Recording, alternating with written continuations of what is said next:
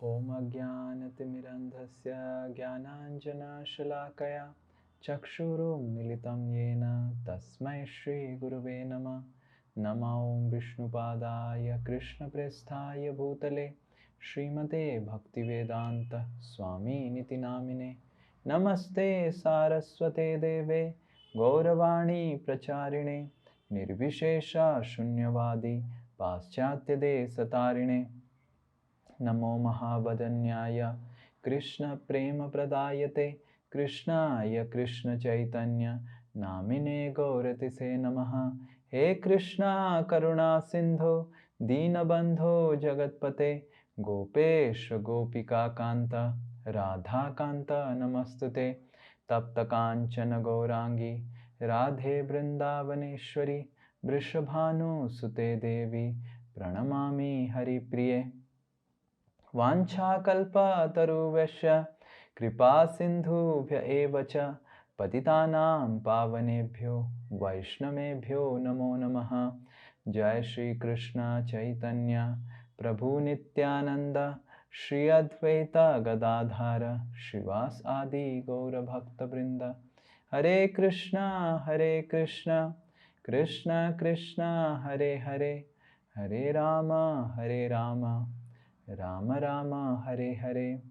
मूकं करोति वाचालं पंगुं लंघयते गिरिं यत्कृपातमहं वन्दे श्रीगुरु दीनतारिणं श्रीपरमानन्दमाधवं श्रीचैतन्यमीश्वरम्। हरे कृष्णा।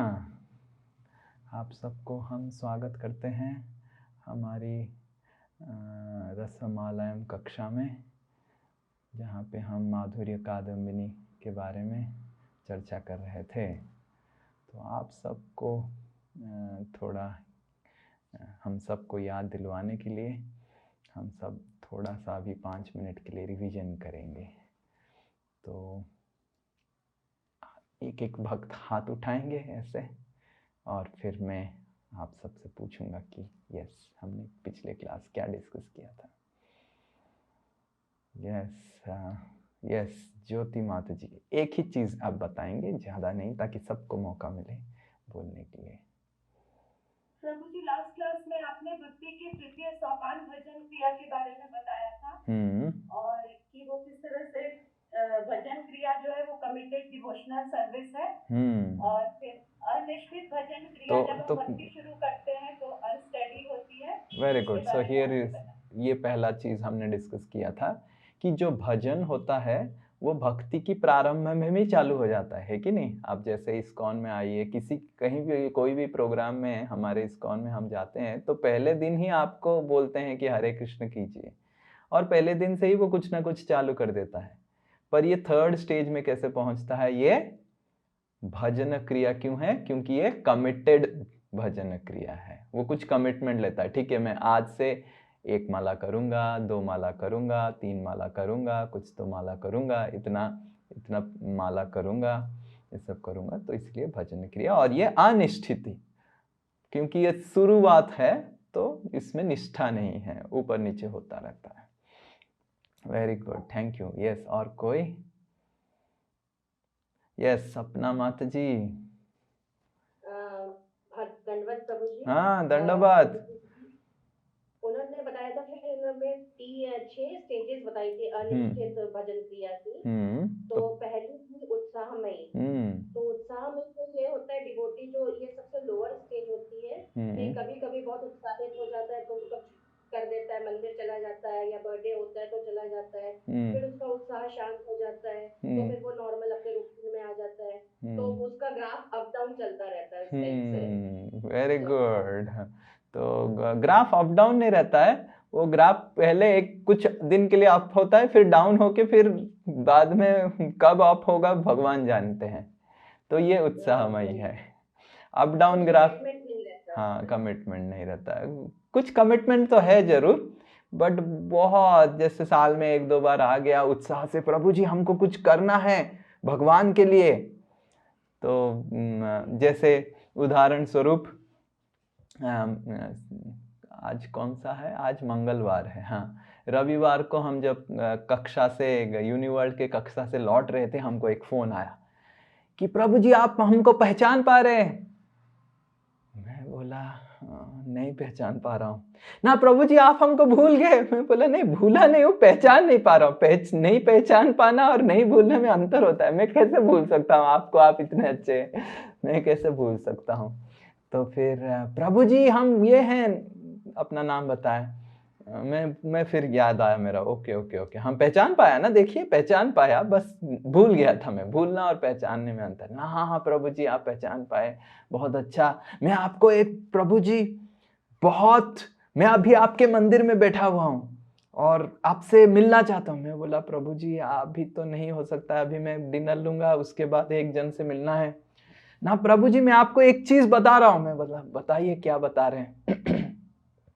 ना प्रभु जी मैं अपना जितना सारा बिजनेस है, पत्नी और बच्चे, सबको छोड़ दिया हूं। अभी सबको छोड़ के मैं आपके दरबार पे पहुंच गया हूं। मैं बोला ओके ओके ठीक है, बहुत अच्छा, आप छोड़ दिए तो अब मेरे को क्या करना है? ना प्रभु जी मेरे आपसे बात करना है तो मेरे को इधर रहना है। मैं बोला ठीक है, अभी तो आपसे बात करने के लिए मेरे पास समय नहीं है। आप जरूर हरिप्रसाद प्रभु से बात करके कल का एक स्लॉट अपॉइंटमेंट ले लीजिए। तो मैंने तुरंत उनको हरिप्रसाद प्रभु का नंबर भेज दिया और हरिप्रसाद प्रभु को तुरंत वो कॉल कर लिए कि प्रभु जी मेरे को मिलना है, प्रभु जी ये वो। हरिप्रसाद प्रभु तुरंत सोमवार का स्लॉट बुक कर दिए।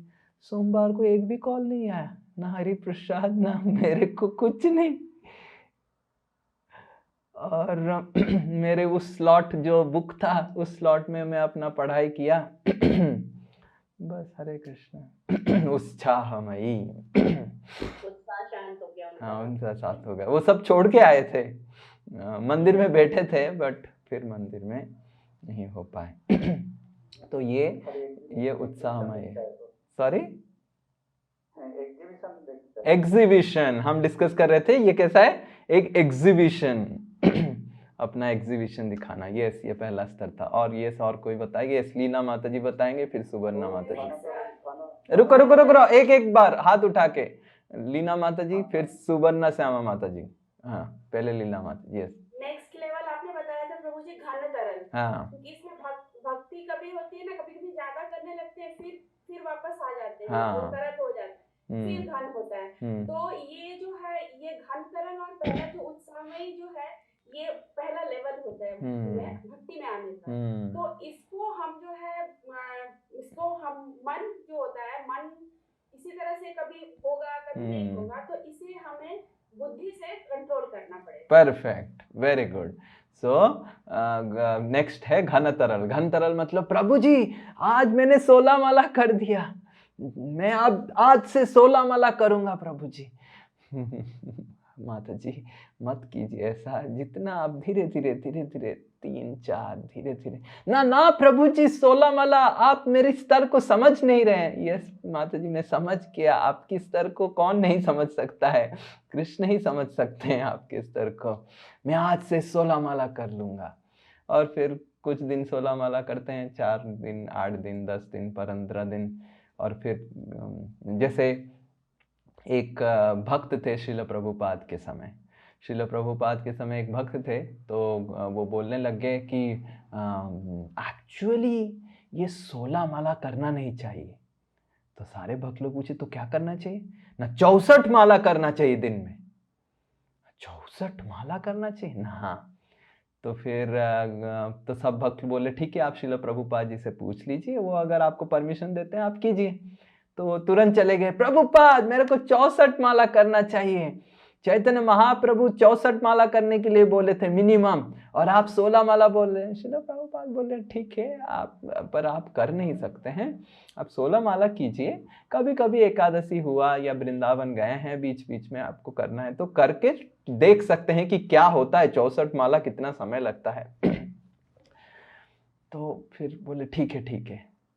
तो अगले दिन से 64 माला चालू कर दिए।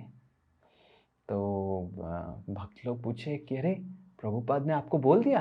ना प्रभुपाद मना किए। और क्यों प्रभुपाद मना किए? क्योंकि प्रभुपाद डरे हुए हैं। अगर प्रभुपाद मेरे को हाँ कर देते तो आपको भी हाँ करना पड़ेगा, पर आप उस स्तर पे नहीं है, मैं उस स्तर पे हूं, तो इसीलिए प्रभुपाद मेरे को मना किए। पर मैं श्रील प्रभुपाद जी का हृदय को समझ गया हूं, मैं 64 माला करूंगा। तो ठीक है, आप कीजिए। सब लोग आशीर्वाद दिए। फिर वो उनका कुछ वो सेवा नहीं कर रहे थे मंदिर में, केवल 64 माला करते थे। तो 6 महीना 64 माला किए, पर एक दिन मंदिर से दिखाई नहीं दिए। मंदिर में रहे हैं, पैकिंग वैकिंग करके कहाँ चले गए रातों रात। तो भक्त लोग ढूंढने लगे, कोई मिला नहीं। तो और 6 महीने के बाद एक दिन भक्त लोग पेट्रोल भरने गए थे गाड़ी में, तो देखे पेट्रोल पंप पे पेट्रोल दे रहे हैं। अरे भक्त लोग बोले, अरे प्रभु जी आप तो 64 माला कर रहे थे, पेट्रोल पंप पे क्या कर रहे हैं? ना, अरे मैं तो 6 महीना किया 64 माला, पूरा जीवन भर के लिए 16 माला इंटू जीवन भर कर लिया, अभी बस माला की जरूरत ही नहीं, मैं कंप्लीट कर लिया, इस जीवन का माला मेरा खत्म ही हो गया पूरा कोटा। तो ये है घन तरल उत्साहमयी। मन के हिसाब से करता है एक व्यक्ति, और मन को जैसे लीना माता जी बताए बुद्धि के द्वारा कंट्रोल किया जा सकता है। यस, और क्या हमने डिस्कस किया था? सुवर्णा श्यामा माता जी बताएंगे। रुको रुको रुको रुको, सुवर्णा श्यामा माता हाथ उठा के, जो भी बोलेगा हाथ उठा के बोलेगा, ऐसे इंटरप्ट नहीं करेगा। फिर सुखेंदु प्रभु। यस हरि बोल प्रभु जी। तो आप बता रहे थे कि उत्साहमयी भक्ति भजन क्रिया और घन तरल जो है वो मानसिक स्तर पे होता है, लेकिन बुद्धि के स्तर पे जब हम पहुंचते हैं तब हमें पता चलता है कि हमें कुछ छोड़ना भी है, सिर्फ जोड़ना नहीं है, का पालन करना है, कुछ छोड़ना है। तब वो थर्ड स्टेज में जाता है, जिसको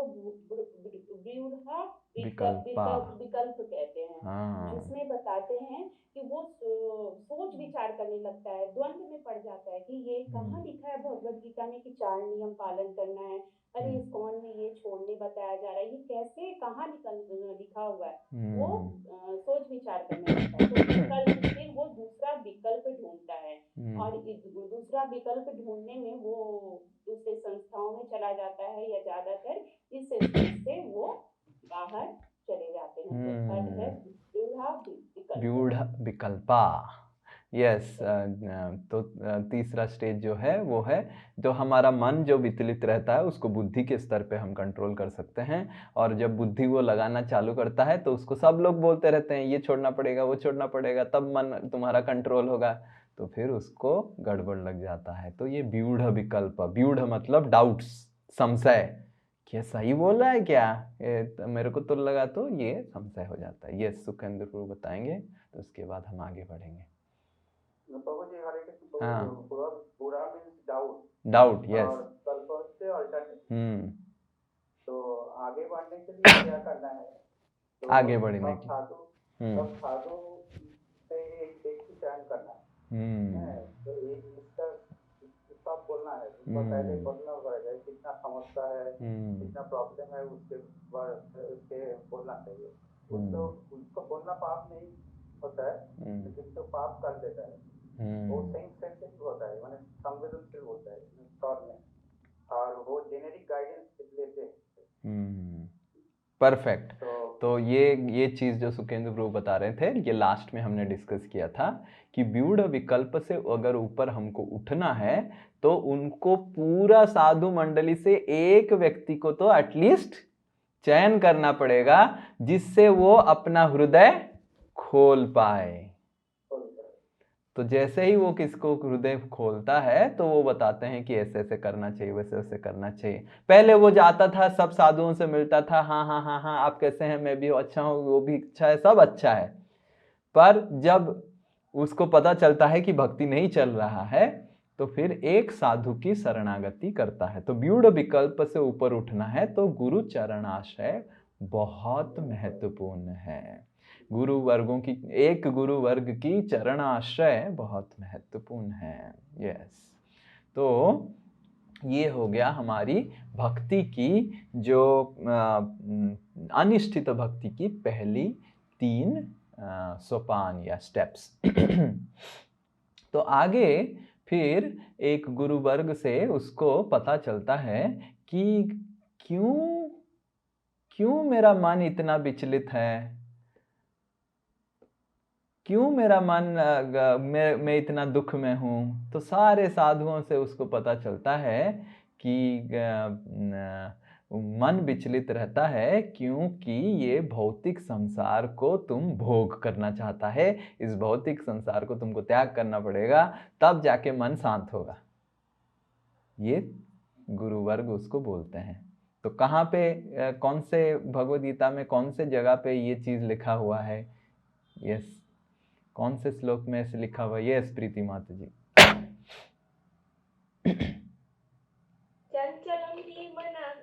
चंचल ही मना कृष्ण, तो मन चंचल है। पर मैं पूछ रहा हूँ, प्रश्न ये पूछ रहा हूँ कि कहाँ लिखा हुआ है कि सारी दुखों की, कष्टों की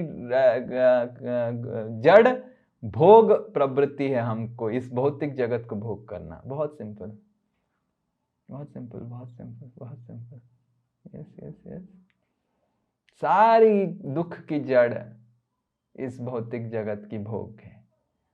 भौतिक जगत में हम एक्सप्लॉइट करना चाहते हैं। भौतिक जगत में, इस भौतिक जगत को, दूसरों को, जगत को, सबको हम अत्याचार करना चाहते हैं, भोग करना चाहते हैं। इसीलिए हमारे जीवन में दुख है। Yes yes yes yes, try.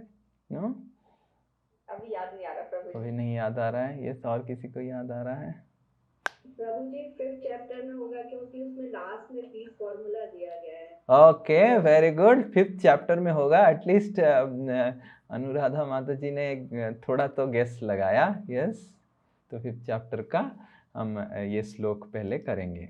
आप उच्चारण कीजिए। तो ये श्लोक उसको बताया जाता है। ओम नमो भगवते वासुदेवाय।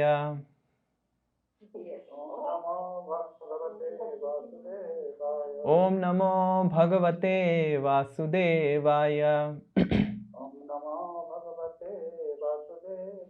ओम नमो भगवते वासुदेवाय।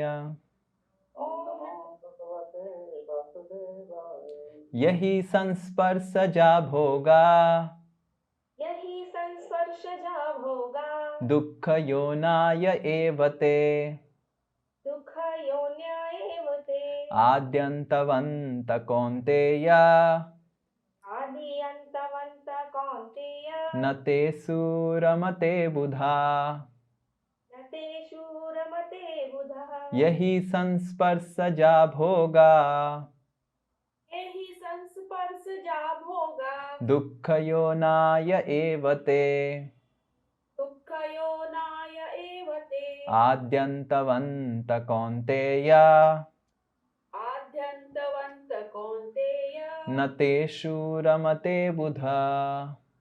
न तेषु रमते बुधः।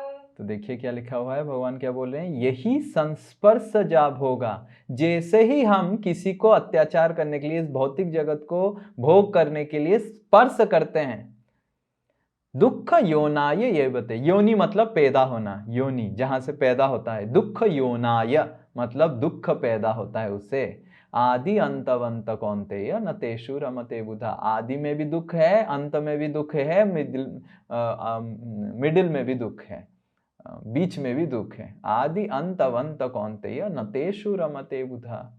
इसीलिए तुमको दुख मिल रहा है। तो जैसे ही एक व्यक्ति इस चीज को सुनने समझ लेता है कि सारी दुख की कारण भोग वासना है और भोग की वजह से हो रहा है, तो उसको एटलीस्ट बुद्धि के स्तर पे वो कन्विंस्ड हो जाता है, संपूर्ण रूप से उसका व्हाट डू यू से, कन्विंस्ड, सहमत, एग्री कर जाता है, सहमत हो जाता है। Convinced, convinced, convinced, convinced is called what? विश्वास, सहमत होना, दृढ़ विश्वास, दृढ़ विश्वास, उसका दृढ़ निश्चय और विश्वास हो जाता है बुद्धि के स्तर पे कि सही बोल रहे हैं कि मैं गलत काम कर रहा हूं, ये 4 नियम भंग कर रहा हूं, ये सब कर रहा हूं, इसीलिए मेरे जीवन में दुख है, इसीलिए मेरे जीवन में कष्ट है, इसीलिए मेरे जीवन में अशांति है। मेरी मन की अशांति भगवान की नियम कानून उल्लंघन करने की वजह से है। तो बुद्धि के स्तर पे वो कन्विंस्ड हो जाता है, उसका दृढ़ निश्चय हो जाता है, विश्वास हो जाता है कि मैंने इस जीवन में या फिर पिछले जीवन में भगवान की नियम कानून को तोड़ा है, इसीलिए मेरे जीवन में दुख है। दुख के कारण भगवान की नियम कानून तोड़ना, मेरे को भगवान की नियम कानून पालन करना पड़ेगा। एटलीस्ट बुद्धि के स्तर पे वो विश्वास उसका जागृत हो जाता है, तो उससे वो आगे बढ़ता है। वो है चौथा स्टेज। अब जब बुद्धि के स्टेज पे उसका निश्चय हो जाता है, विश्वास हो जाता है, पर मन अभी भी कन्विंस्ड नहीं है, मन में विश्वास जागृत नहीं हुआ है, मन अभी भी अरे तो बुद्धि और मन के बीच में एक संग्राम चालू हो जाता है, और इस संग्राम का नाम है विषय संगार, जो है फोर्थ स्टेज ऑफ अनिष्ठित भजन क्रिया। विषय संगार मतलब संग्राम, संगार मतलब संग्राम को, संग्राम मतलब युद्ध, संगार बोला जाता है संस्कृत में। विषय संगार, मन और बुद्धि का संग्राम। बुद्धि बोलता है ये गलत है, मन बोलता है कैसे छोड़ूं, बहुत मजा आता है कि नहीं? समझ में आ रहा है आप सबको? बुद्धि बोलता है कि गलत है, सब जगह लिखा हुआ है, भगवत गीता भागवतम सुन सुन के तुम थक गया है, प्रभु जी से, माता जी से, स्वामी जी से, भगवत गीता से, भागवत से सुन सुन के। पर मन बोल रहा है हो। तो ऐसा क्यों है? क्यों ये युद्ध होता है? कौन बता पाएगा? कौन बता पाएगा? यस, रीता माता जी बताना का कोशिश करें। यस बताइए, बताएंगे आप? कौन बता पाएगा ये युद्ध क्यों है? हरे कृष्णा प्रभु जी। हाँ, यही है ना कि मन को जल्दी से कंट्रोल नहीं किया जा सकता, क्योंकि हवा की तरह जैसे बोलते हैं ना, कितना भी कोशिश करे, मंत्र करे, कितना भी पढ़े, वो घूम फिर के इस मोह माया इस जगत में वापस अपने हिसाब से ही चलता है, बुद्धि कंट्रोल नहीं कर पाता है। क्यों नहीं? क्यों मन को क्यों वो नहीं हो पाता है मन को? यस नंदित, आसक्ति के कारण। Okay, very good. थोड़ा सा बट क्यों क्यों क्यों क्यों ऐसे संग्राम हो रहा है? गुरु की बात पे पूर्ण विश्वास नहीं, उसको गुरु के बात पे पूर्ण विश्वास है, इसीलिए तो वो आया है ब्यूडो विकल्प से ऊपर, नहीं तो वो उधर ही रह जाता है। तो फिर ट्रेनिंग में, अपनी ट्रेनिंग और टेमिंग में कमी है। ओके ओके, नहीं नहीं नियम मानना चाहता प्रभु जी, मन नियमों में बंधना नहीं चाहता। नियम में बंधना नहीं चाहता है। ओके। अहंकार बहुत बड़ा शब्द है, छोटा शब्द बोलिए जो हम समझ पाए। अहंकार, ठीक है, पर सिंपल सिंपल सिंपल। ये जो हम लोग 3 गुणों से बंधे हुए, उसके कारण मन ठीक से वो नहीं कर पाता क्या? ओके ओके, 3 गुण, 3 गुण, 3 गुण, मन मन मन, फिर मन अच्छे से कंट्रोल होगा। ओके से ऊपर वो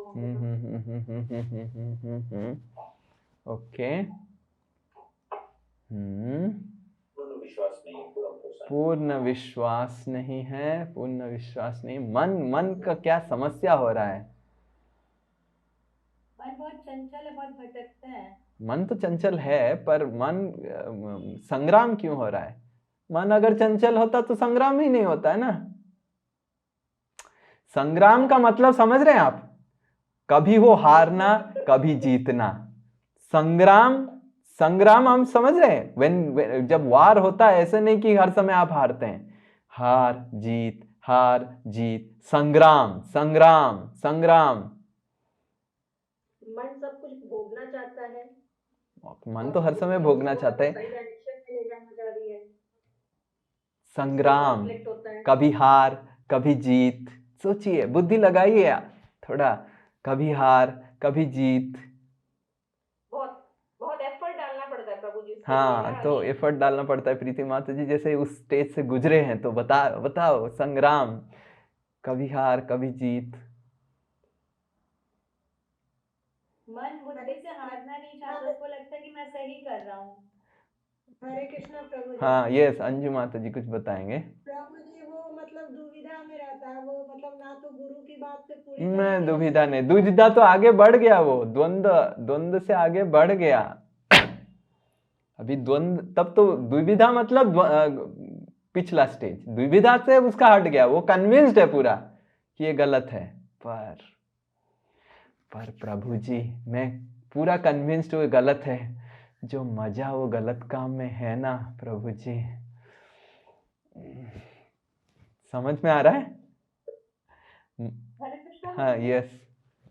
उसको मन मतलब भौतिक चीजों के आनंद की अनुभूति है, पर उसको ये सब करके क्या उसको मिलने वाला है वो अनुभूति नहीं है। परफेक्ट, वन बिग हरि बोल फॉर ज्योति माता जी।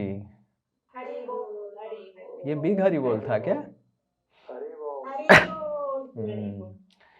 तो भौतिक आनंद की अनुभूति मन को बहुत ज्यादा है, आध्यात्मिक आनंद की संपूर्ण रूप से उसको अनुभूति हुआ नहीं है, इसलिए संग्राम।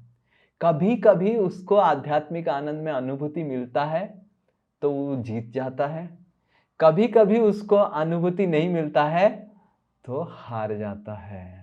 अपने पूर्व संस्कार, पूर्व वासनाएं, पूर्व हैबिट्स से हार जाता है। इसलिए ये विषय संगार, संग्राम मतलब हार जीत।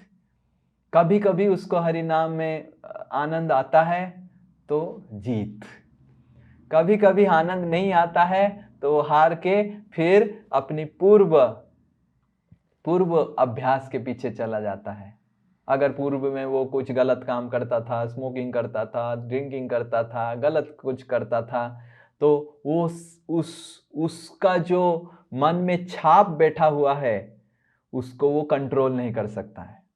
और कैसे कंट्रोल कर सकता है? अगर उसको आध्यात्मिक आनंद की अनुभूति हो।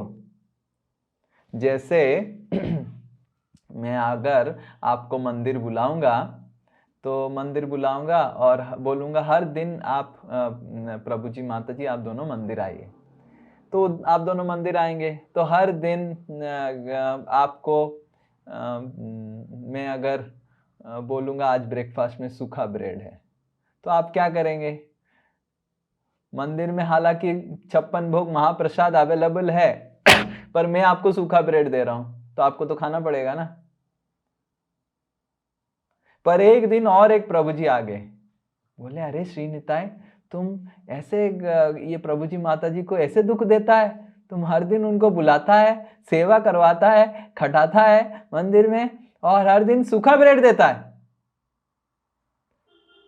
तो फिर वो प्रभु जी क्या किए, उनको दया आ गया प्रभु जी माता जी के ऊपर, तो वो क्या किए, मैं तो सूखा ब्रेड देके चला गया और हमारे वृंदावनचारी प्रभु डीटी से स्पेशल महाप्रसाद सब प्रकार की लेके आए। अरे श्री निताई का बात मत सोचो, वो तो ऐसे ही करता है, सूखा ब्रेड देके चला गया, आपको प्लेट पकड़ाते हैं। अभी आप क्या करेंगे? सूखा ब्रेड खाएंगे या महाप्रसाद खाएंगे? नहीं नहीं नहीं, श्री निताई ने सूखा ब्रेड दिया, क्या करेंगे? क्या करेंगे? हो दोनों ही खाएंगे। ओके, मैं शायद गलत नाम बता दिया श्री निताई इसीलिए तो महाप्रसाद खाएंगे, करेक्ट। तो उसी तरह माया देवी श्री निताई की तरह है, वो क्या करती है, भोग वासना देती है और भक्त लोग क्या कर रहे हैं, 56 भोग दे रहे हैं। पर वो जब तक 56 भोग की अनुभूति उसको नहीं होगा तो माया देवी के आनंद उस छोड़ नहीं सकता है ना, समझ में आ रहा है? 56 भोग का आनंद वो उपभोग करेगा तब ना इस आनंद को वो छोड़ सकता है। तो इसीलिए विषयक संग्राम होता है। कभी कभी उसको 56 भोग मिल जाता है वृंदावनचारी प्रभु की कृपा से, जो पर क्योंकि वो बहुत सालों साल से श्री निताई की छत्र छाया में सूखा रोटी खाया है, सूखा रोटी खा के अब वो सूखा रोटी के प्रति आसक्त हो गया है, अच्छा चीज उसको अच्छा नहीं लग रहा है। तो ये हमको समझना चाहिए। जैसे उदाहरण स्वरूप मैं आपको इसका पूरा उदाहरण बताता हूं, आप सुन के हैरान हो जाएंगे। तो हमारे 2018 में, तो हम तो पहले आ गए थे इधर 2018 में गौशाला में। तो गौशाला में हम दूध पीते नहीं थे। तो गौशाला में जब हम आए तो 2019 में बाकी भक्त लोग भी आए। हम 1 साल पहले ही आ गए थे इधर, 19 के बाद ही, और 2-3 महीना, 1 साल के बाद, 1.5 साल के बाद बाकी भक्त आने लग गए। और जैसे ही भक्त लोग आने लग गए, हम तो दूध नहीं पीते थे। हमको डेंगू होने के बाद से 2012 से हमने दूध पीना बंद कर दिया क्योंकि हजम नहीं हो रहा था। पर बाकी भक्त लोग तो पीते थे, और बाकी भक्त लोग हमारी अल्बर्ट रोड में जहाँ पे पैकेट दूध या जो भी दूध मिलता था उसको पीते थे। और जब गौशाला आए तो अनाउंसमेंट हुआ कि वी हैव कम टू गौशाला, हम गौशाला में आए हैं, हमको अभी ओरिजिनल दूध मिलेगा। हरे कृष्ण, राधे राधे। तो सारे ब्रह्मचारी खुश हो गए, ओरिजिनल दूध। तो फिर हमने निमाई को बोला, वो जाके वो दूध पूरा आंखों के सामने दूध धो के लेके आया, और सारे ब्रह्मचारी ओरिजिनल दूध रात में पिए, और नेक्स्ट दिन पेट खराब। हरे कृष्ण। ओरिजिनल दूध से, क्योंकि आर्टिफिशियल दूध पी पी के शरीर इतना क्या उसको हैबिचुएटेड हो गया था। रियल दूध जो एक्चुअली निकला आंखों के सामने, पेट खराब हो गया। उसको हजम करने की शक्ति नहीं है, उसकी अनुभूति का शक्ति नहीं है। कुछ कुछ भक्त लोग बोले, प्रभु जी इसका टेस्ट अल्बर्ट रोड की टेस्ट की तरह नहीं आ रहा है, वो ज्यादा अच्छा था। और ये रियल एक्चुअल मिल्क। तो ये एक उदाहरण है कि जब मन भौतिक वासना से आनंद ढूंढ ढूंढ के सालों साल, जन्म जन्म से उसी से ही आनंद ढूंढा है, उसको आध्यात्मिक आनंद की अनुभूति सही तरीके से नहीं होती है। उसके वजह से उसका संग्राम होता है। बुद्धि कन्विंस्ड हो गया, बुद्धि का और संशय नहीं है कि आध्यात्मिक जीवन में ही आनंद है, पर भौतिक आध्यात्मिक जीवन का आनंद वो सही तरीके से अनुभूति उसका नहीं हो रहा है। इसीलिए वो भौतिक जीवन के प्रति मन उसका भागता रहता है। और ये संग्राम है। उसको आध्यात्मिक जीवन का आनंद, अरे प्रभु जी आप इतने आनंद में कैसे हैं? मैं तो आप जो ही कर रहे हैं मैं भी वही कर रहा हूं। आप माला कर रहे हैं मैं माला कर रहा हूं, आप 4 नियम पालन कर रहे हैं मैं भी 4 नियम पालन। आपका आनंद क्यों नहीं है उपभोग कर सकता हूं? मेरे को क्यों अनुभूति नहीं हो रहा है? तो वो आध्यात्मिक आनंद की संपूर्ण अनुभूति नहीं है, इसलिए वो भौतिक आनंद को त्याग नहीं कर पा रहा है। पर बुद्धि में वो उसका कन्विंस्ड हो गया, बुद्धि से वो पूरा उसका दृढ़ विश्वास हो गया कि भौतिक आनंद को छोड़ना है, भौतिक आनंद माया है, ये गलत है, ये पाप है। पर वो छोड़ नहीं पा रहा है क्योंकि उसको उससे आनंद की अनुभूति मन में है। तो इसलिए संग्राम चालू हो जाता है। वो कभी हारता है, कभी जीतता है। तो अभी इस संग्राम से उसको कैसे ऊपर उठाया जाए? यस।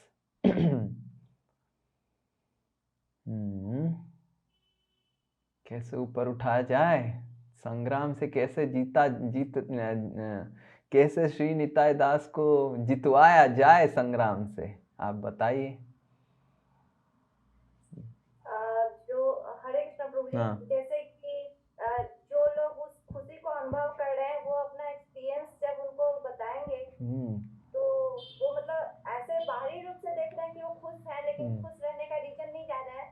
तो जो लोग उस खुशी को जान रहे हैं, पा रहे हैं, तो वो अपना खुशी का अनुभव बताएंगे कि कैसे उनके लाइफ में चेंज आ रहा है। तो उससे वो सीख पाएंगे, अनुभव को जान पाएंगे। तो so one big Hari Bol for Jai Nitai Mata Ji. So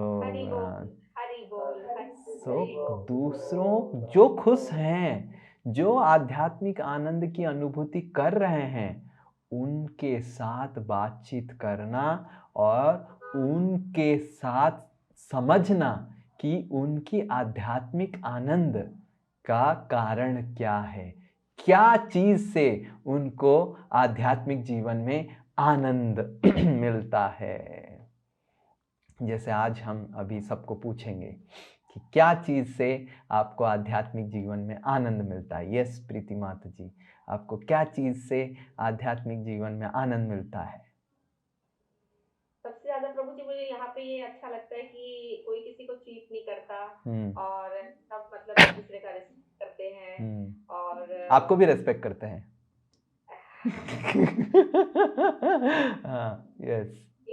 तो ये सब चीजें प्रभु जी अच्छी लगती है। यहाँ पे आके डर नहीं लगता कि आपका कोई मिसयूज करेगा और आपको भी सुना जाता है, वरना कई जगह हम देखते हैं कि पक्षपात होता है, एक पक्ष को सुना जाता है एक को नहीं।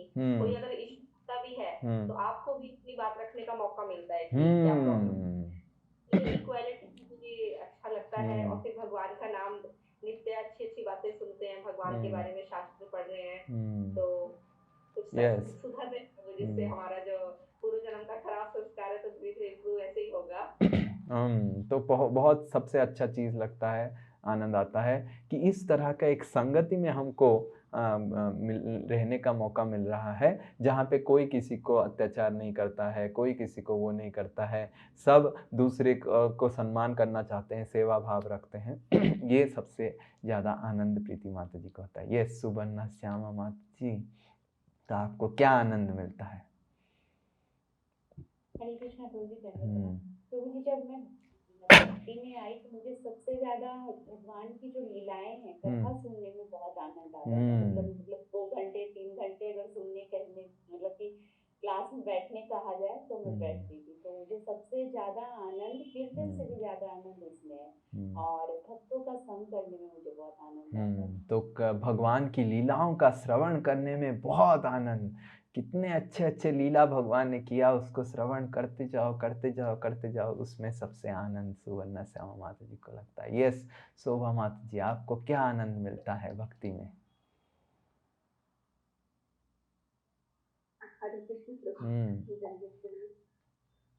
प्रभु जी इसमें आप खुश हैं ना? हाँ, तो आपका खुशी के कारण क्या है, क्या अच्छा लगता है आपको भक्ति में? प्रभु जी जो भी है ओरिजिनल है, इसमें कुछ भी दिखावा नहीं है। मतलब अपने आप को जानने का भी मौका मिलता है, खुद के बारे में, खुद के लिए टाइम, सारी चीजें, मतलब कृष्ण से कनेक्ट होने का, परमात्मा कौन है वो सब जाना, किसके लिए क्या, मतलब ये सारी चीजें मुझे बहुत अच्छी लगती है। तो शोभा माता जी को भेजल आइटम खा खा के इतना खराब लगा कि रियल आइटम उनको मिल गया है, इसीलिए सबसे बड़ा आनंद मिलता है कि अभी फाइनली मेरे को रियल आइटम मिल गया भक्ति में आके। कृष्ण कौन है और मेरा कृष्ण के साथ रिश्ता क्या है, कृष्ण के पास कैसे जाना है, उसका जरिया क्या है, ये रियल आइटम, जीवन का रियल लक्ष्य पता चल गया, इससे आनंद मिलता है। Very good. यस ज्योति माता जी, क्या आनंद मिलता है?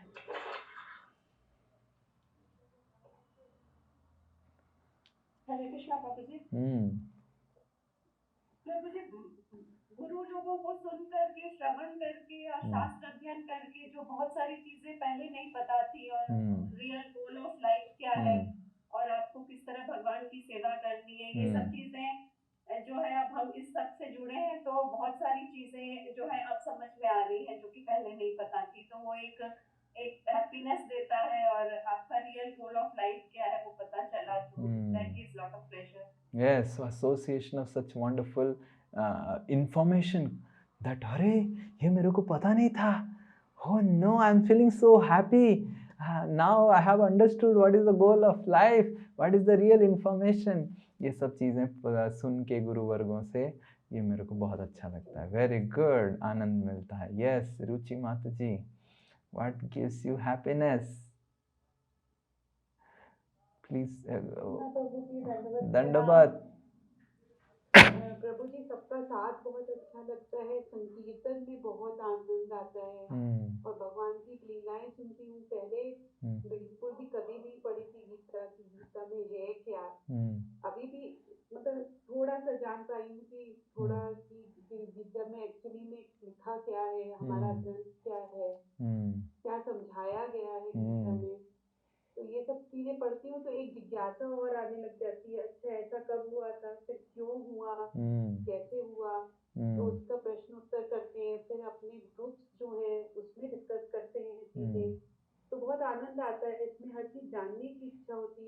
आगे क्या हुआ हो। तो सस्पेंस एवरी भागवतम में भी कितने लिंक हैं हर चीजों की, हर वो भी हम करते हैं जो हमारे साथ होता है उसमें कोई ना कोई लिंक जरूर जुड़ा हुआ है। तो इन सबको जानने की जिज्ञासा बहुत ज्यादा धीरे धीरे आगे डेवलप होती चली जा रही है। सबसे आनंद मिलता है कि कितने अच्छा सब लिंक है। और भगवत गीता जो हमारा किताब था, हमने कभी भी सोचा नहीं था कि इसको सही तरीके से जान पाएं, उसको जानने का मौका मिल रहा है, इससे बहुत आनंद मिलता है। प्रभु जी इतने ही मालूम था कर्मण्येवाधिकारस्ते मा फलेषु कदाचन, उससे ज्यादा कुछ भी नहीं पता था। एटलीस्ट आप भाग्यशाली हैं, उतना एटलीस्ट आपको मालूम था। बहुत सारे लोगों को तो उतना भी मालूम नहीं था। यस, बस उससे ज्यादा कुछ भी नहीं आता था। यस, अनुराधा माता जी। 5% 10% थोड़ा बहुत तो समझ में आ जाता है। Very good, very good. Hare Krishna. Yes, Anuradha mata ji, what makes you happy in Krishna consciousness? आपको भक्ति में क्या चीज से आनंद मिलता है? हरे कृष्णा प्रभु। हरि बोल। वैसे तो भक्ति का हर अंग ही जो है वो आनंद देता है, लेकिन मुझे भी कीर्तन बहुत अच्छा लगता है। कीर्तन, हरि बोल। जस्ट इमेजिन हमारे इस्कॉन में कितना सुंदर सुंदर धुन से सब हरे कृष्णा कीर्तन होता है, ये होता है, and so many wonderful. Yes, कीर्तन, वेरी गुड। यस, कीर्तन जो है बड़ा अर्थपूर्ण है। उसको अगर हम मनन करते हैं तो उसका भी एक अलग आनंद आता है। तो वो मुझे सबसे बड़ी प्रसन्नता का कारण है। और जब भी जैसे समय रहता है मैं गुनगुनाती रहती हूँ, तो इस तरह से भगवान का स्मरण भी होता रहता है। Very good. कीर्तन। यस, जय निताय। आपको क्या आनंद मिलता है? सबसे आनंद क्या लगता है भक्ति में? हरे कृष्णा प्रभु जी। सबसे पहले तो अपने इस्कॉन में जो टीटी लोग को इतने अच्छे से सजाते हैं, अच्छा लगता है। और यहाँ का प्रसाद, मतलब बाकी टेम्पल में आप जाओ तो मधुदाना मिलता है,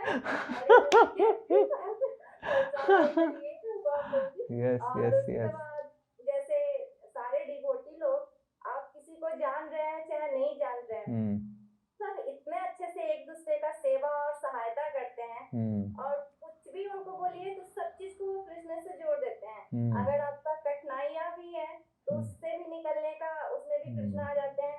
अगर हम लोग गॉसिप भी मारते हैं तो उसमें भी राधा रानी कृष्ण आते हैं। तो ये अच्छा लगता है कि बाहर के लोग जो चुगली करते हैं वो यहाँ पे आध्यात्मिक चुगली करते हैं। ओके। आपको हम एक क्लास देने के लिए बोलेंगे कि कैसे आध्यात्मिक चुगली किया जाए। सारे माताजी लोग अटेंड करेंगे, सारे माताजी लोग हंस रहे हैं, बोल रहे हैं कि ये ज्ञान कहाँ से सीख लिया जाए निताय ने, इसको हमको भी सीखना है। ये शायद ललिता सखी ग्रुप में होता है। अभी हमको अंदर का इंफॉर्मेशन पता चल रहा है। वो नहीं होता है। ओके ओके, अभी आपने बदल दिया। बोलना चाह रहे हैं कि बाहर के लोगों से जो भी बात करो ना, मतलब 1-2 मिनट नहीं होती है और सब एक दूसरे की बुराइयां करने शुरू कर देते हैं। और यहाँ इसका अपोजिट है, सब एक दूसरे का विशेषता बताते हैं कि जिन लोगों को जो सीखना है वो उस चीज पे फोकस करके उनके उस पॉइंट को डिस्कस करते रहते हैं। वेरी तो गुड। ये अच्छा लगता है। तो डीटीज कितना सुंदर से, लाइक आप देखेंगे इस्कॉन में इतना सुंदर सुंदर श्रृंगार होता है, उसको देख के पूरा बहुत आनंद मिलता है। सो ये है। यस, अंजू माता जी, आपको क्या आनंद मिलता है कि नहीं, और मिलता है तो किस में आनंद मिलता है? हरे कृष्ण प्रभु जी, पहले है ना लाइफ का गोल पता नहीं था, मतलब भौतिक जीवन में अप डाउन जो होता था उससे बहुत ज्यादा परेशानी होती थी, टेंशन होता था। लेकिन अब लगता है कि ये तो एक लाइफ का पार्ट है। और मतलब हम लोग ऐसे ही भक्ति करते रहेंगे, हम लोगों का बेड़ा पार हो जाएगा लाइफ को अप डाउन करते हुए। तो सबसे आनंद मिलता है कि अंजू माता जी को लाइफ का गोल अभी समझ में आ गया है और बेड़ा पार हो जाएगा। अभी बस इसी जीवन में बेड़ा पार होने वाला है। तो ये सोच सोच के अंजू माता जी बहुत आनंद में हैं। Very good. यस, स्मिता माता जी, अनम्यूट। हरे कृष्णा, प्रणाम प्रभु जी।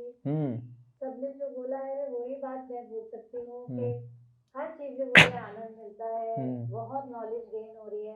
मुझे लगता है आज से 15-20 साल पहले इस भक्ति में आ जाती तो मेरा और भी अच्छा होता। मतलब I come after 50 very late in life, but अब ऐसा लगता है कि हाँ इस भक्ति में आई हूँ तो अपना बहुत भगवान के प्रति मेरा बहुत प्रेम और बहुत आसक्ति हो गई है।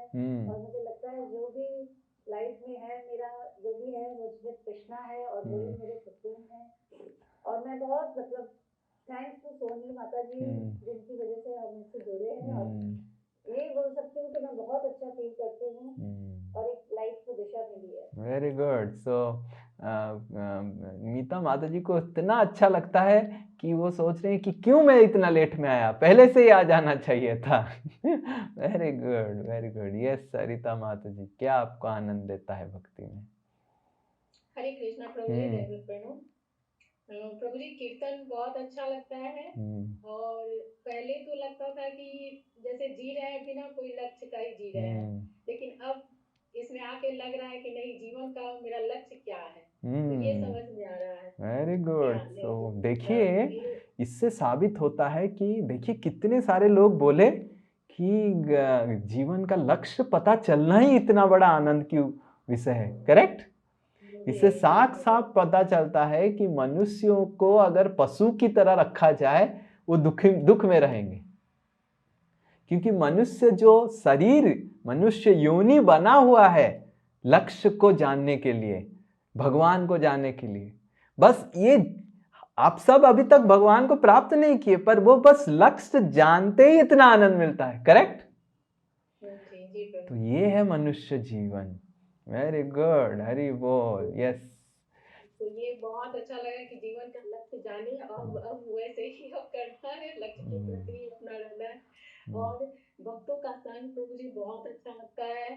इसमें है कि किसी को भी ऊंचा नीचा बड़ा छोटा ये नहीं समझा जाता है। बाकी अदर कहीं भी ऐसे मतलब सभी लोग में होता है कि कौन बड़ा है कौन छोटा, ऊंच नीच ये भेदभाव बहुत रखा जाता है, लेकिन इसमें है कि भक्तों के बीच में ये सब चीज भेदभाव बिल्कुल नहीं रहता, तो ये चीज बहुत अच्छा लगता है। Very good. यस सपना माता जी।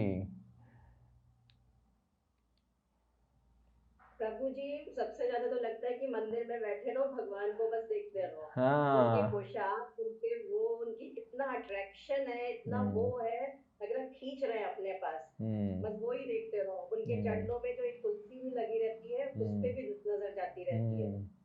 तो उसी से प्रभु जी बहुत चेंज अपने आप में भी आता है। जो पहले अंधविश्वास थे वो बहुत कम हो गए और सही तरीके का प्रोसेस चलने लग गया। कर्मकांड पे कम होके मंत्र पे इन सब पे बहुत ध्यान होने लग गया और जो फालतू के अंधविश्वास से दिमाग चलता था वो सबसे शांति मिल गई।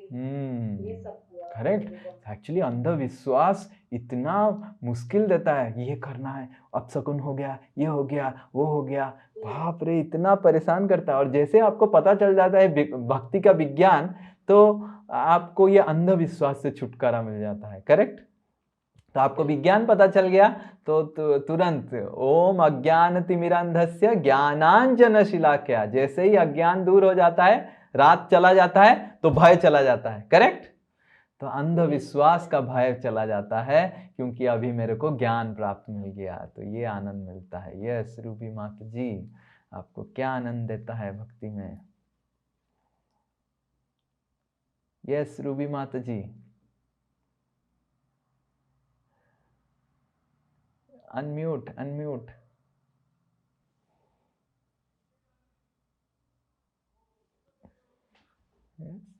यस। हाँ, जैसे सारे माता जी लोग बोले वैसे ही भगवान कैसे की दर्शन करना और उनकी गुणगान कीर्तन पे वो तो है ही। भगवान और की जो शास्त्र कीर्तन, पढ़ने से, गीता भागवतम पढ़ने से मतलब लाइफ का जो गोल है उसका तो पता चलता ही है। फिर ये सब करके शांति तो मिलती है। शांति मिलता है, कितना शांति मिलता है इसको करके। That gives happiness. Very good. Yes Leena माता जी बोलेंगे। प्रणाम प्रभु जी। मैं जो सेवा करने में बहुत आनंद आता है। जब मंदिर से कुछ सेवा आती है तो वो करने में जो आनंद आता है, सब मिलके करते हैं और उसके गॉसिप करते हुए। हाँ, कृष्णा से जो कनेक्टिविटी मतलब कनेक्शन जो है ना वो और बढ़ते चला गया। यस, तो सेवा में बहुत आनंद मिलता है। और जैसे कि वही है कि अब दूसरों को जैसे बताया कि कुछ दूसरों की निंदा शिकायत करना छोड़ दिया, और जैसे श्वेता माता जी ने की एक बात मुझे अब तक मतलब एकदम गांठ बांध के रखी हुई कि अगर कोई व्यक्ति खराब है तो बोलती कि उसकी खराब चीजों को मत देखो, उसकी अच्छाई को देखो, तो तुम्हें वो व्यक्ति अच्छा लगने लगेगा। तो ये सब मतलब एकदम अपना जो मन जो है मतलब शांत होता चला गया, ये इससे बहुत आनंद। परफेक्ट। शैली माता जी का वीडियो ऑन है। यस, हरे कृष्णा। धन्यवाद। मुझे भी सबसे ज्यादा आनंद तो सेवा जो ज्वेलरी बनाने से कनेक्शन में जो कई बार भोग बना के मंदिर में प्रसाद हमारा गया, उससे मतलब ऐसा लगा कि हाँ अब हम भी डायरेक्ट कनेक्शन हो रहा है। इससे बहुत ही आनंद प्राप्त हुआ। और दूसरा ये है कि थोड़ा नॉलेज तो बड़ा ही, जैसे अब बच्चे कई बार जो क्वेश्चंस पूछते थे जिसका आंसर नहीं था हमारे पास या समझ में नहीं आता था कि उनको कैसे एक्सप्लेन करें, अब कुछ तो बता पाते हैं। Very good. यस, तो इस तरह हम देखते हैं कि हमारे जीवन में बहुत सारे चीज़ों से हमको आनंद मिलता है, पर आप देखेंगे कि हर व्यक्ति को अलग अलग रीज़न से आनंद मिलता है। करेक्ट? तो हमको क्या करना चाहिए? हमको जिस व्यक्ति से जो मान लीजिए हमको कीर्तन से आनंद नहीं मिलता है, तो हमको क्या करना चाहिए? अनुराधा माता जी को फ़ोन करना चाहिए, माता जी मेरे को कीर्तन में कभी भी आनंद नहीं मिलता है, बाकी सब चीज़ों में आनंद मिलता है, सेवा में आनंद मिलता है, कीर्तन जब चालू हो जाता है बोर हो जाता हूँ मैं, तो अनुराधा माता जी का संग से हमको कीर्तन में आनंद मिलेगा। तो हम देखते हैं हमारी मन कुछ चीज़ों से भक्ति में आनंद प्राप्त करता है, कुछ चीज़ों से नहीं करता है। जैसे हमको श्रृंगार अच्छा नहीं लगता है, ठीक है, क्या इतना कोई भी पुतला को पहना दिए कुछ ड्रेस, तो उतना आनंद नहीं मिलता। बाकी ठीक है, प्रसाद अच्छा है, पर इतना श्रृंगार विंगार करके पैसा वेस्ट करने की क्या जरूरत है, तो हमको अच्छा नहीं लगता है। पर हम अगर जिसको श्रृंगार अच्छा लगता है, जो श्रृंगार करता है, तो उसके पास रहेंगे, उसके साथ रहेंगे, उसका संग करेंगे, तो हमको ये आनंद मिल जाएगा।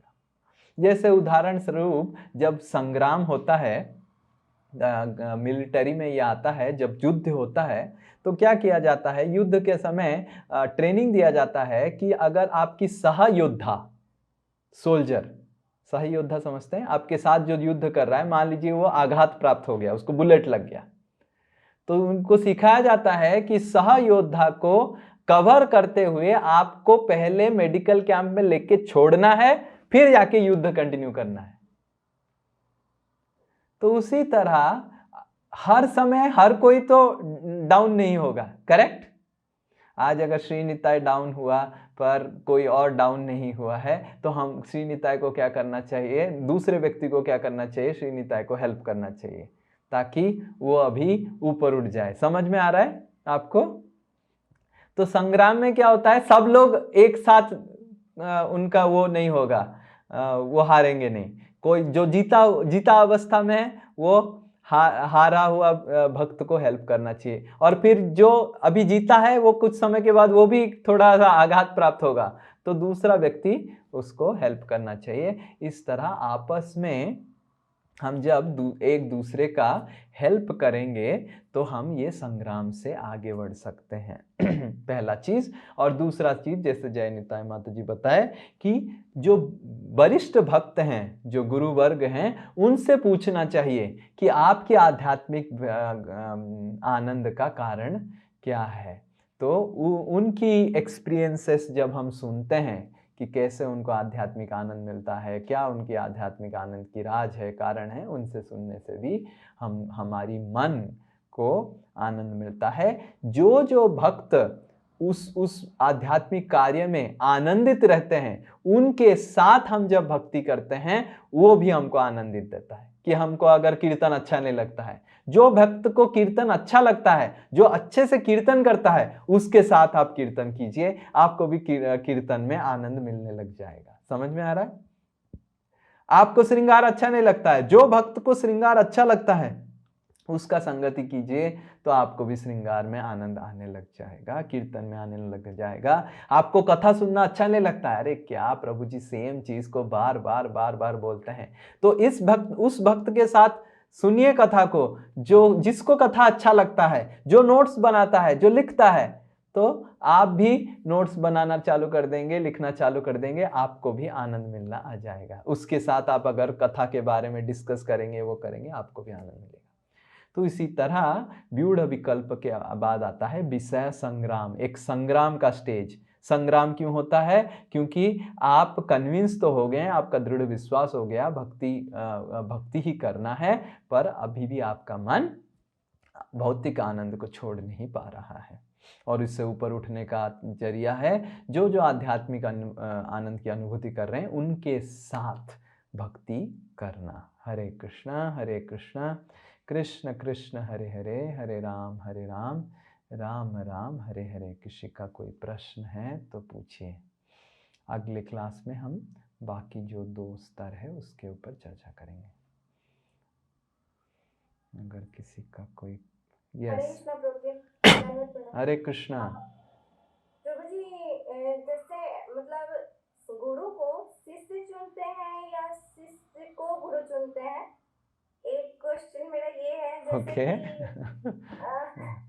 मतलब कि बहुत बार होता है ना कि बहुत लोग किसी प्रभु जी लोग का लेक्चर सुनते सुनते वो उनसे इंस्पायर हो जाते हैं और मन ही मन उनको गुरु स्वीकार कर लेते हैं, और पता नहीं उनसे उनका मिलन होगा कि नहीं होगा, वो कभी मिल पाएंगे, बात कर पाएंगे कि नहीं कर पाएंगे।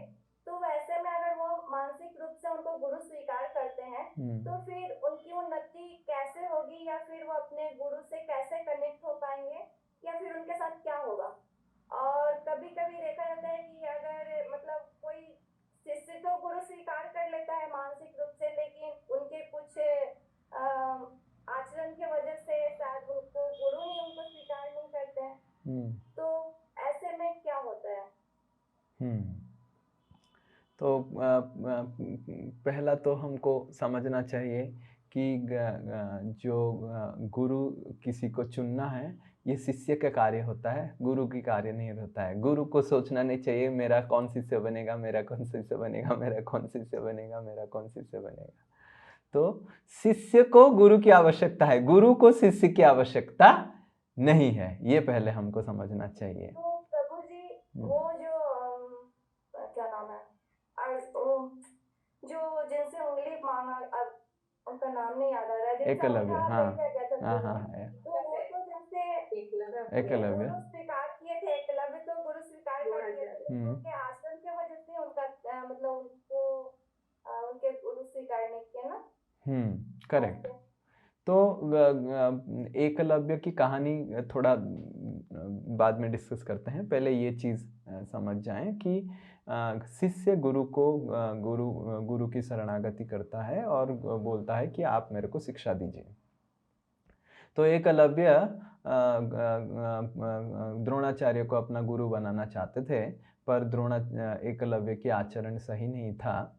पर एकलव्य ने द्रोणाचार्य को पूछा नहीं, कभी भी उन्होंने प्रश्न नहीं किया कि मैं क्यों आप मेरे गुरु नहीं बनना चाहते हैं। वो अपने मनमानी करके वापस चले गए और खुद से मन ही मन सब अपना अपना चीज़ें करने लग गए। उनको छुप छुप के आके सीखते रहते थे और उसको प्रैक्टिस करते थे। तो अगर गुरु वर्ग हमको बताते हैं कि आप मेरे शिष्य नहीं बन सकते हैं, तो हमको पूछना चाहिए कि मेरे में क्या कमी है जो आप मेरे को शिक्षा नहीं देना चाहते हैं, भक्ति की शिक्षा नहीं देना चाहते हैं। तो उस कमी को हमको ग्रहण करना चाहिए पॉजिटिवली, और उसको हमारे जीवन में उसको बदलना चाहिए। तो ये हमको समझना चाहिए कि हमारी आचरण के वजह से कोई अगर हमको शिक्षा नहीं देता है तो हमको हमारे आचरण को बदलना चाहिए, पूछना चाहिए कि क्या आचरण के वजह से आप मेरे गुरु बनना नहीं चाहते हैं, राइट। और मानसिक रूप से गुरु नहीं होता है कोई। हमको गुरु की प्रॉपर शरणागति करना चाहिए। मानसिक रूप से किसी को गुरु मान लिया और ये मेरे गुरु हैं, ऐसे नहीं होता है। गुरु शिष्य का जो रिश्ता है वाणी के ऊपर निर्भर करता है और शिष्य गुरु को प्रश्न पूछता है कि कैसे मैं भक्ति में आगे बढ़ूं, और गुरु शिष्य को समझाता है कि ऐसे ऐसे तरीके से आप भक्ति में आगे बढ़ सकते हैं। तो ये मानसिक नहीं होता है जहाँ पे गुरु को पता भी नहीं कि कौन उसका शिष्य है और शिष्य गुरु को बता भी नहीं रहा है कि आप मेरे गुरु हैं।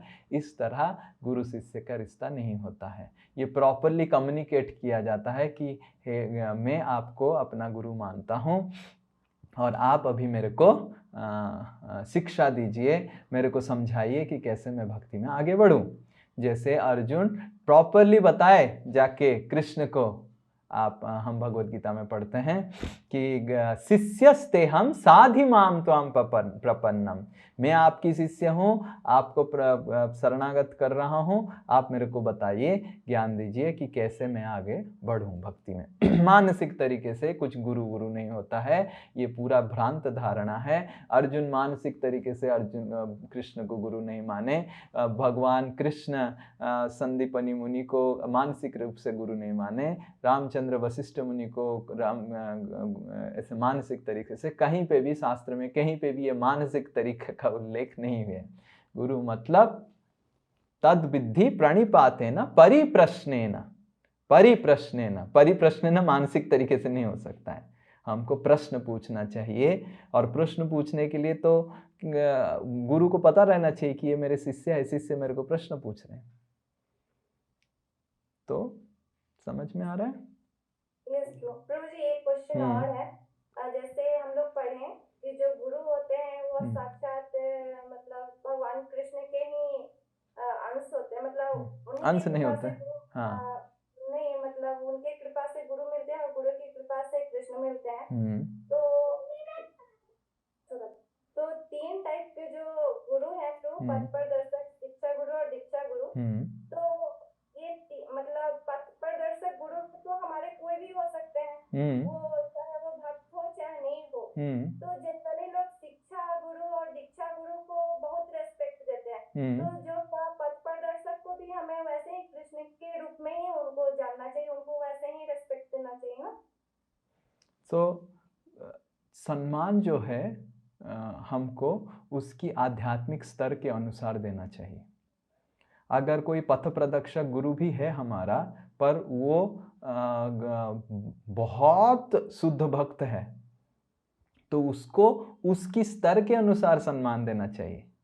जैसे कभी कभी ऐसे भी होता है इस्कॉन में कि कोई सन्यासी महाराज आए मंदिर में और एक नया भक्त को देखे, क्लास दिए, पहली बार क्लास दिए और उसके बाद वो विदेश चले जाएंगे, वो एक ही बार आए हैं और क्लास दिए तो एक व्यक्ति नया व्यक्ति को मिले वो महाराज जी। तो जब नया व्यक्ति को मिले तो वो नया व्यक्ति बोला, तो नया व्यक्ति को बताया कि ये ऐसा है वैसा है। तो नया व्यक्ति कन्विंस्ड हो गया और उसको पथ दिखाया कि इधर तुम इस्कॉन न्यू टाउन में आते रहो और मेरे को लेके आ गए और बोले कि ये श्री निताई है, इससे जुड़े रहो और इससे भक्ति सीखो और क्लास करो इसका, ठीक है ना। और ये सबसे अच्छा पथ है। और वो नया भक्त था, तो महाराज जी उनका क्या हुए, पथ प्रदर्शक गुरु हुए। मैं क्या बन गया, शिक्षा गुरु बन गया, मैं शिक्षा दे रहा हूँ। पर उसको समझना चाहिए, अरे महाराज जी तो पथ प्रदर्शक गुरु है, तो ऐसे उसको नहीं समझना चाहिए। उसको समझना चाहिए कि अरे वो सम्मान जो होता है आध्यात्मिक स्तर के ऊपर दिया जाता है। तो अगर पथ प्रदर्शक गुरु भी आध्यात्मिक स्तर में बहुत आगे है तो उसको उस हिसाब से सम्मान देना चाहिए। पथ प्रदर्शक गुरु को भी दीक्षा गुरु शिक्षा गुरु की तरह ही सम्मान देना चाहिए, नहीं सोचना चाहिए तो पथ प्रदर्शक गुरु। तो सम्मान हमको तो सबको देना चाहिए। एक वैष्णव तो चींटी को भी सम्मान देता है, पर हमको सम्मान एक व्यक्ति का आध्यात्मिक स्तर के ऊपर देना चाहिए। और पथ प्रदर्शक गुरु, शिक्षा गुरु हो, दीक्षा गुरु हो, तीनों व्यक्ति हमारे सम्मानजनीय है, पर उनके आध्यात्मिक स्तर के अनुसार सम्मान देना चाहिए। और कोई अगर आपको आपकी आध्यात्मिक स्तर से ऊपर सम्मान दे रहा है तो तुरंत मना कर देना चाहिए। जैसे कोई अगर मेरे को भगवान जैसे सम्मान दे रहा है तो तुरंत मेरा काम है क्या, अरे क्या प्रभु जी, माता जी, आप मेरे को भगवान जैसे सम्मान दे रहे हैं, ये भगवान के लिए है, मेरे लिए नहीं है। तो कोई अगर मेरे को प्रभुपाद जैसे सम्मान देता है तो मैं तुरंत मना करना चाहिए, अरे मेरे को श्रील प्रभुपाद की जैसे सम्मान नहीं देना चाहिए, ये सही नहीं है। तो ये महत्वपूर्ण है कि गुरु को भी अगर लगता है कि उसके शिष्य उसको ऐसे सम्मान दे रहे हैं जो उसकी आध्यात्मिक स्तर के अनुसार नहीं है तो तुरंत उसको मना कर देना चाहिए। इसीलिए गुरु को भी कभी भगवान की तरह सम्मान नहीं लेना चाहिए। जैसे भगवान की संपूर्ण अभिषेक होता है पर गुरु वर्गों की संपूर्ण अभिषेक नहीं होता है, क्या, चरण अभिषेक केवल होता है, करेक्ट। तो भगवान को डायरेक्टली भोग निवेदन होता है पर गुरु वर्गों को डायरेक्टली भोगा निवेदन नहीं होता है। भगवान को अर्पण करके जो बचता है गुरु वर्गों को मिलता है, करेक्ट। तो गुरु नहीं बोल सकता है, अरे शास्त्र तो बोलता है कि भगवान के जैसा गुरु को सम्मान करना चाहिए, तो आप भगवान को क्यों अर्पण करके मेरे को महाप्रसाद खिला रहे हैं, मेरे को डायरेक्ट खिलाइए, ये गलत है। तो गुरु वर्गों को भी सम्मान करना चाहिए, पर सम्मान किसको कैसे सम्मान करना चाहिए। तो गुरु को अगर हम भगवान की तरह सम्मान दे रहे हैं भगवान की तरह सम्मान देना तो चाहिए, पर उस सम्मान में भी एक मर्यादा है, मर्यादा उल्लंघन नहीं करना चाहिए। तो ये महत्वपूर्ण है। समझ में आ रहा है आपको? तो पथ प्रदर्शक गुरु हो, शिक्षा गुरु हो, दीक्षा गुरु हो, एक व्यक्ति को अपनी आध्यात्मिक प्रगति के ऊपर सम्मान देना चाहिए। प्रभु जी, गीता से एक क्वेश्चन है। यस। इसमें 18 चैप्टर का 71 नंबर मतलब श्लोका में परपर्ट में आता है कि सामान्यतः जो लोग पापों से मुक्त हैं, जो पुण्यात्मा है, वे अत्यंत सरलता से कृष्ण भावनामृत को ग्रहण कर लेते हैं। यहाँ पर पुण्य कर्म नाम शब्द अत्यंत सार्थक है। यह वैदिक साहित्य में वर्णित अश्वमेध यज्ञ जैसे महान यज्ञ का सूचक है। जो भक्ति का आचरण करने वाले पुण्यात्मा है किंतु शुद्ध नहीं होते, वे ध्रुव लोक को प्राप्त होते हैं जहाँ ध्रुव महाराज की अध्यक्षता है। वे भगवान का महान भक्त है, उनका अपना विशेष लोक है जो ध्रुव तारा या ध्रुव लोक कहलाता है। तो यहाँ पे एक भक्ति और भक्ति का आचरण आ रहा है, तो भक्ति क्या और भक्ति का आचरण क्या है? भक्ति का आचरण मतलब नम्रता, भक्ति के आचरण मतलब जैसे प्रीति माता जी बता रहे थे, कोई किसी का निंदा नहीं कर रहा है। भक्ति के आचरण मतलब कोई किसी को ठग नहीं रहा है। भक्ति के आचरण मतलब दूसरों को सेवा करना, ये भक्ति के आचरण हुआ। और भक्ति हुआ भगवान का नाम लेना, भगवान की पूजा करना, भगवान को नमस्कार करना, भगवान की आराधना करना, भगवान की प्रार्थना करना, भगवान की कथा सुनना, ये भक्ति। और भक्ति आचरण मतलब सम्मान दिखाना, निंदा नहीं करना, ये भक्ति आचरण। तो कुछ लोग भक्ति में उतना सुदृढ़ नहीं होते हैं पर भक्ति के आचरण में बहुत सुदृढ़ होते हैं। तो क्योंकि वो भक्ति के आचरण में सुदृढ़ होते हैं, उनको भौतिक जगत से परे भगवान की धाम तो प्राप्त नहीं होता है, पर ध्रुव लोक में वो चले जाते हैं जहाँ पे ध्रुव महाराज जो भगवान के शुद्ध भक्त हैं वहाँ पे राज्य संभाल रहे हैं। और ध्रुव महाराज की संगति से उनकी भक्ति के प्रति भी आसक्ति बढ़ जाता है। कुछ लोग आप देखेंगे भक्त हैं पर वो हरि नाम सही से नहीं करेंगे, पर दूसरों को बहुत सम्मान करेंगे, मीठा मीठा बात बोलेंगे, सेवा करेंगे, ये करेंगे, बट भगवान के प्रति उनका आसक्ति अभी तक संपूर्ण रूप से डेवलप नहीं हुआ है, पर भक्ति के आचरण अच्छे से करेंगे। तो वो लोग यहाँ पे जाते हैं और श्रील प्रभुपाद जी वही बता रहे हैं, और फिर ध्रुव लोक में ध्रुव महाराज के सानिध्य में रह के वो अच्छे से भक्ति करके फिर आगे बढ़ते हैं। पर ऐसा नहीं कि हर कोई ऐसा जाएगा, कोई भी फिर से मनुष्य जीवन में फिर से इस्कॉन में भी पैदा हो सकता है और फिर से कोई गुरु वर्गों की सानिध्य में आएगा जिससे उनका भक्ति और प्रगति हो। ऐसे ये एक केस स्टडी ऐसे हो सकता है, पर हर केस में ऐसे होगा ऐसे नहीं है। समझ में आ रहा है?